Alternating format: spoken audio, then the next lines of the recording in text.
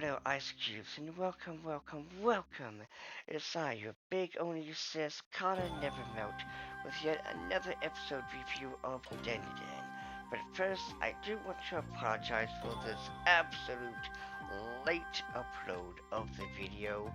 Last Thursday was Thanksgiving, and I've been kind of busy with stuff, so yeah, I really haven't been able to really make the video or find the time to make the video, but hopefully you'll get this by tomorrow, and on Thursday when the new episode comes out, hopefully you will get that video on Friday. Both that out of the way, let's get started. First and foremost, let's talk about just how awesome Avery looks. She is found out that she has obtained the acrobatic silky's, well, power, and she uses it well. It's still hilarious how she believes she's still the quote-unquote chosen one. And also, while I'm still on the topic here, I do want to point out something real quick, because I've seen some people not really complaining, but I've seen someone say that someone was complaining, or rather fans were complaining, that they don't like the palette or the tint during, a boss fight. Now, again, I haven't seen any of these complaints, but in all honesty, I believe it looks cool. Like, each character has their own color, such as the Flatwoods monster having a grayish tint, the acrobatic Silky having the red tint, and of course Mr. Shrimp here having the yellow tint. Now, I will also add that I do love that the anime adds, colors to the, characters such as Nessie's stripe glowing whenever she's about to use her hydro cannon technique, and also the serpent's eyes glowing as well. It really adds to the enjoyment, in my honest opinion, and you don't really get that in the manga, where it's just, I guess you could say, plain. Like, we even have Mr. Mantis Shrimp's here's eyes, flash red whenever he talks, which is something that is very creative, very unique. I, again, enjoy it. But, again, in conclusion here, the art direction with the whole tint thing is pretty cool. It kind of reminds me of JoJo, which is why I'm kind of biased with it. And honestly, it adds to the experience, in my opinion. But anywho, let's talk about Mr. Mantis Shrimp real quick, because I honestly did not see this coming. I did not expect him to be based on the Dover Demon, a cryptid with a bulbous head, no mouth, and it kind of stands the size of a toddler. And I'm gonna be honest with you guys, just like with the Flatwoods monster and every other, cryptid and character that we have done, I always try to look up, where they've been in media. Because, like, with Turbo Granny, she's been in, media with Mob Psycho and Persona, Flatwoods Monsters, Legend of Zelda, Majora's Mask, as well as several other, animations and whatnot. Well, with the Dover Demon, which, mind you, is a cryptid from Massachusetts, and it was seen in 1977. Now, first of all, I just want to say, with the Dover Demon, I thought Sableye, the Pokemon, was based off of this guy, but apparently not.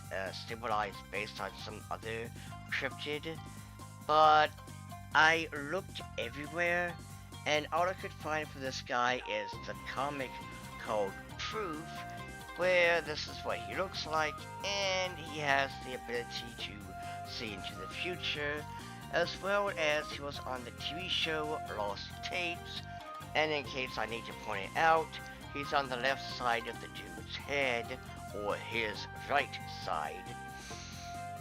And that's kinda all the Dover Demon that's in the media. Like, unlike the Flatwoods Monster, which there's a lot to go by, I couldn't find anything with the Dover Demon. Like, I even looked up Hotel Transylvania, and there's no reference there. I even tried to see if there was, like, the daughter of the, Dover Demon, but no. Mind you, there is the daughter of the Swamp Monster, which is a Louisiana, cryptid, but there's no Dover Demon in any media, so wow. Massive props to Tatsu for being able to give the Dover some representation, because holy crap. Not only that, but I also find it interesting with the direction, because with the Flatwoods Monster, he still has the spear head, but he has the body of a sumo, which is definitely a take. And well, the Loch Ness Monster still looks like a sea monster, so there's really nothing that changes there. But with the Dover Demon, to have this cryptid alienish looking thing be a shrimp alien, that is one hell of a take. But anywho. So it turns out that, the Mantis Chef is looking for a serpent who treat him like shit, and he is even disposable because, well, even if he is in the way, they will still attack, Momo or Okuran without hesitation, even if he is in the way. Again, he is nothing more but a simple pawn.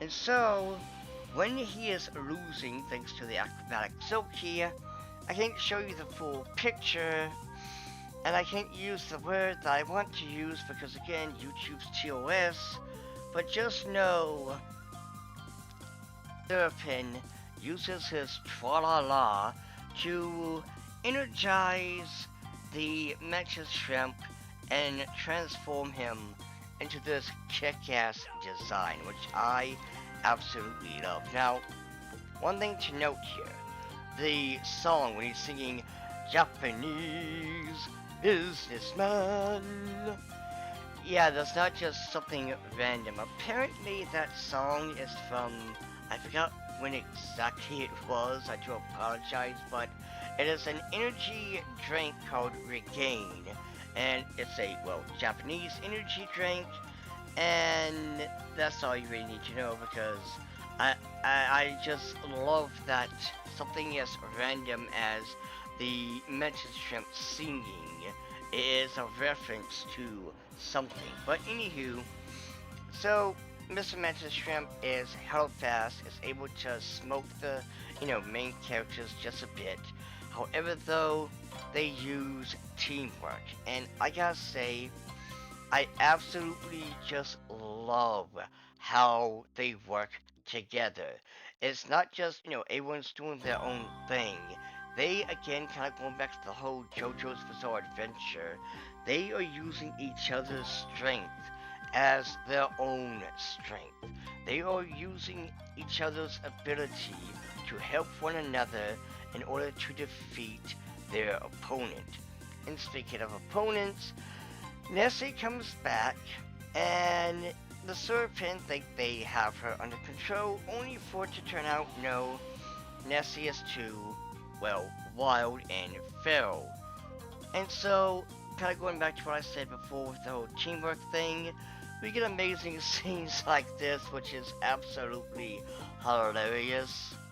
And again, it goes back to what I just said, the teamwork. These characters work together in absolute unison. It is amazing. But it turns out that,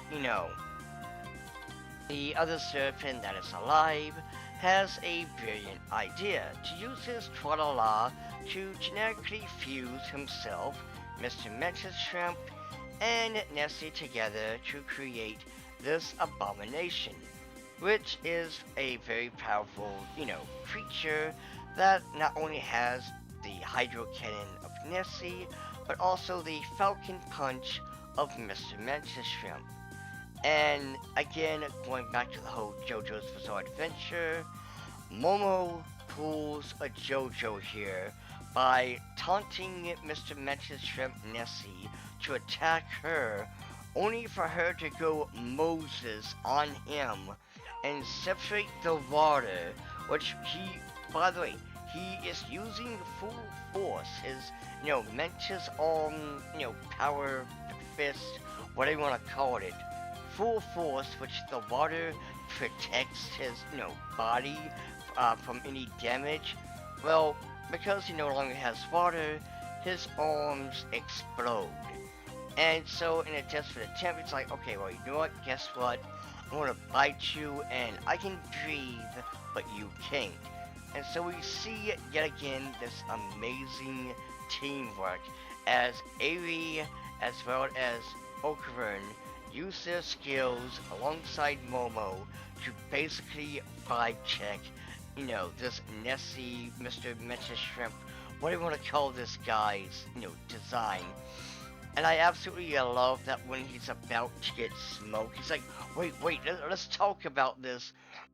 Nah, fam, you're getting the smoke and you're going to die and you're going to like it.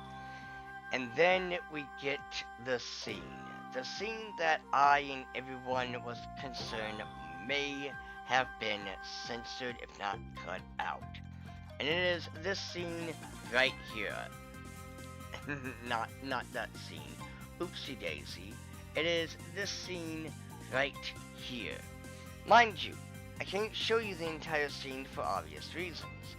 However, I can tell you that in the sub, Momo says thank you Floor for being hard. Pause. However, though, she doesn't say in the English version for some reason, which makes the joke, pointless, but whatever, it's not a huge deal. And it turns out that they are basically, bare, or at least, Okran is naked.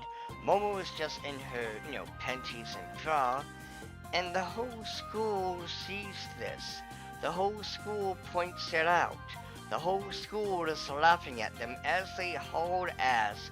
Then as they do, Avi comes in like a character from Attack on Titan, running alongside them. And I just love the animation. Because in the manga, it's kind of just played, I guess you could say, straight. But in the animation, they decide to be exaggerative and goofy, and I love it. It's fantastic. I love the, the direction that they went.